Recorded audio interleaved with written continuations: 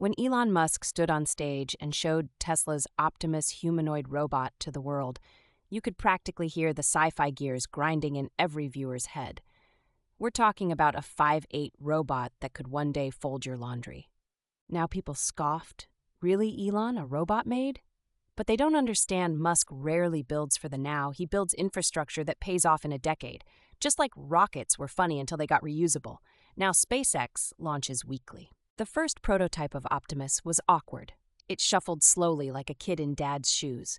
But anyone who laughs at early hardware forgets the first iPhone didn't even have copy and paste. All tech stumbles before it sprints. What really separates Optimus isn't just motor control, it's the integration of Tesla's full self-driving neural nets.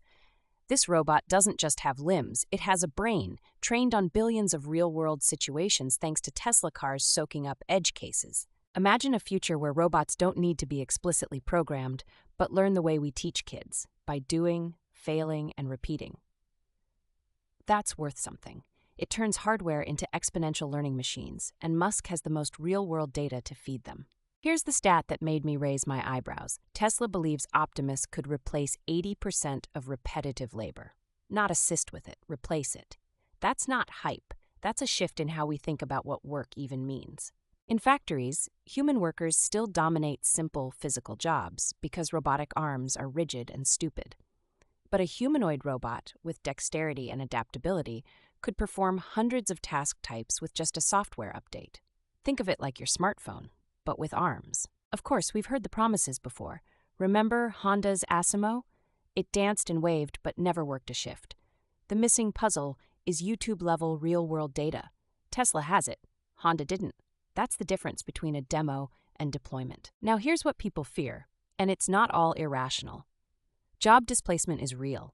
If Optimus takes over physical labor, millions of people will have to shift to knowledge, creative, or people-facing roles, and not everyone can or wants to do that.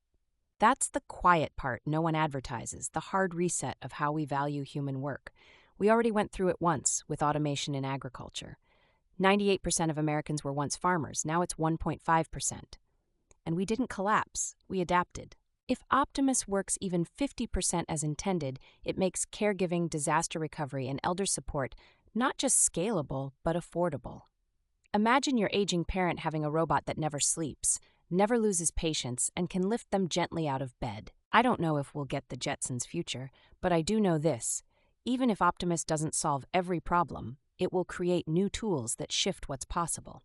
And that's impact, because tools don't solve the world, they sharpen the people who do.